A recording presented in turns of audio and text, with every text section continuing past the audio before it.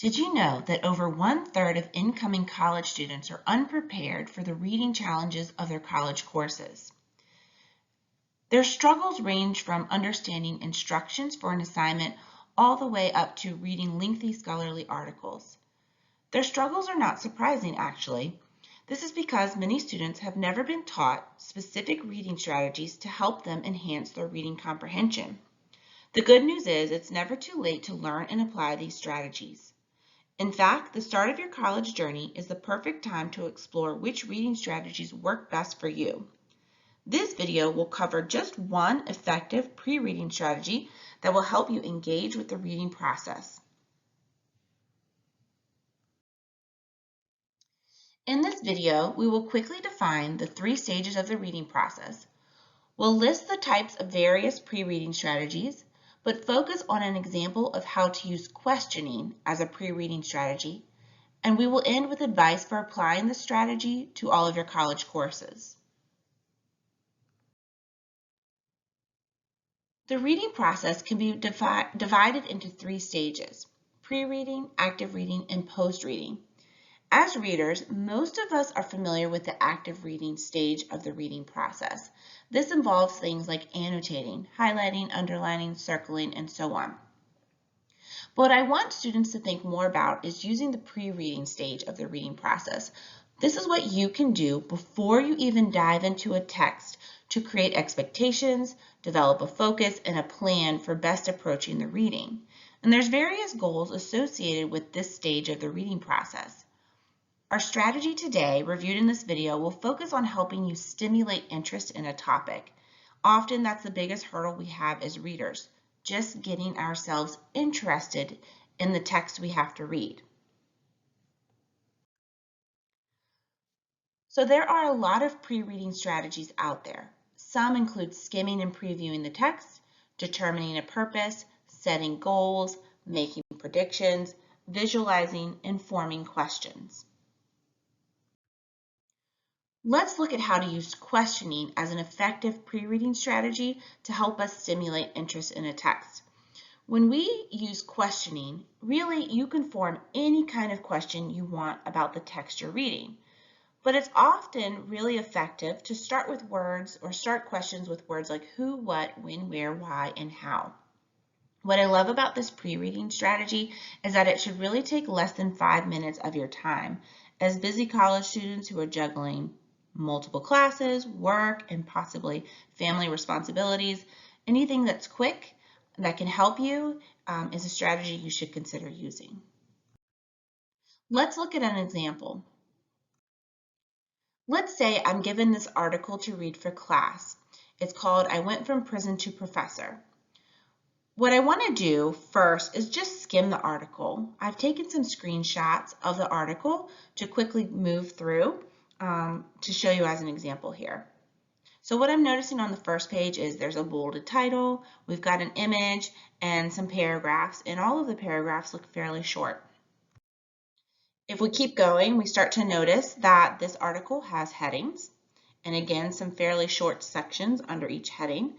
I'm also noticing some facts, some numbers, statistics maybe, mentioned in the body paragraphs. This might be significant because it could clue us into the author's purpose. Maybe the author's trying to educate us or persuade us about the topic based on or using facts and statistics. Here we have another section of the article called The Transformative Power of Education. It's maybe a little bit longer than the other sections. We keep going, we see a section called Rejected by Colleges. And here we have a final section called Restore Pell Grants to Incarcerated People.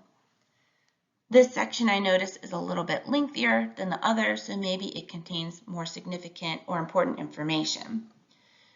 Overall, through my skimming, I noticed that I have an article that's about 3 pages long. That's a pretty reasonable length, meaning I'll probably read it all in one sitting versus a longer article that I might divide up between parts of my day or over the course of a couple days. The article had a title, it had an image, it has headings, and it has fairly short sections overall. So now that I'm done skimming, taking in these observations, I'm ready to move on to forming pre-reading questions. So let's look at this example I've done for you to show you how questioning is so simple, but can really keep you focused and engaged with the text that you're going to read. So based on the title itself, I went from prison to professor. I formed a couple questions. My first is, why did he go to prison? What crime did this author commit? And what kind of professor is this? Would I trust him to educate me? That question is already getting me personally connected to the topic. I maybe have never thought about my professor's background before, and if my professor even has a criminal background, and if my professor did, would that matter? Does that affect how he or she teaches? We'll keep going. A couple of the next headings you can see, I've asked what kinds of crimes are most common. Why does the U.S. have the highest incarceration rate? The section under this heading is pretty short, so I'll have to figure out if I get answers to those questions or not later on. For the next heading, the early life of crime, I wrote what led him to crime. Was he influenced by someone? Why is he sharing his story?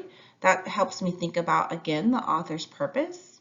Why did he write this article? He didn't just wake up and say, I have nothing to do, I think I'll write an article today. There must be some intention or purpose behind that. And so asking this question will remind me later to figure out that purpose. What are his goals? What is he trying to do? Here was a section called The Transformative Power of Education. I actually wrote down, what does transformative mean? If I don't know the meaning of the word, or I'm not sure how an author is using that word, it's perfectly acceptable to just write, what does this word mean? It will remind you later to go back and figure out what that word means, to look it up, or to figure out how the author is using it in the context of his paragraph.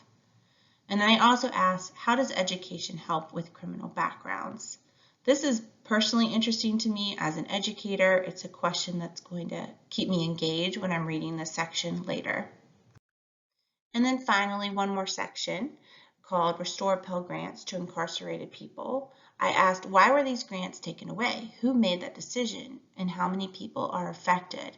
Perhaps the author is going to give us information about a solution or what should be changed to improve whatever issue or problem he has seen. Okay, so I've gone through the article. I've quickly jotted down some questions that, help me think about the article, get prepared to read it, get me interested in wanting to know what the author has to say. Asking who, what, when, where, why, and how questions lead readers to look for evidence the author provides. They help readers pick out logical reasons the author gives, or maybe the author gives faulty logic, and you need to become aware of that as a smart, effective reader. These questions also lead me to look for examples and comparisons. They help readers form personal opinions about topics or connections to the text. And of course, they lead you to look for the meaning of terms or how an author is using a particular term or phrase.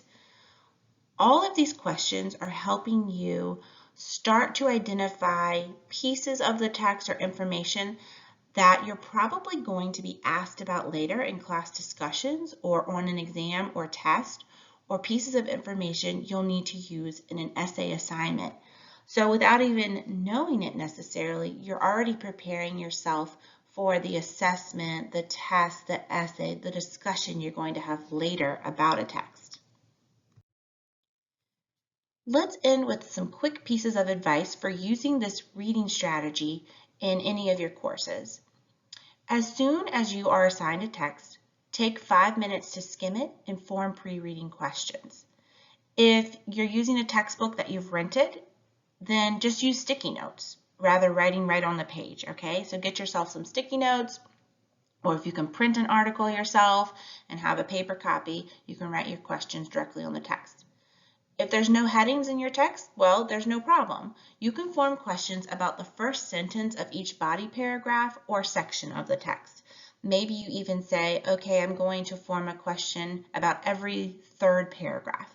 You read the first sentence of that paragraph, you jot down a who, what, when, where, why, or how question. Another piece of advice is this. Think about your purpose for reading. What types of questions will help you achieve that purpose? Also, don't be afraid to ask clarifying questions. If there's something you just can't figure out or are really unfamiliar with, write down a question that will remind you to ask your classmates or your professor later. Use questions to help you form, or use the questions you form to keep yourself focused when annotating a text. So for me, the questions I asked are going to remind me to go back and look for really specific pieces of information that the author should provide. And remember, this strategy is not just for English class. It can be applied to any type of text or class you take in college, whether it's an article, an online website, a textbook, you name it, you can use this strategy. I hope this information is helpful. Give it a try. It can't hurt. It takes less than 5 minutes and it can absolutely help you engage with the text and lead to overall better reading comprehension in the long run.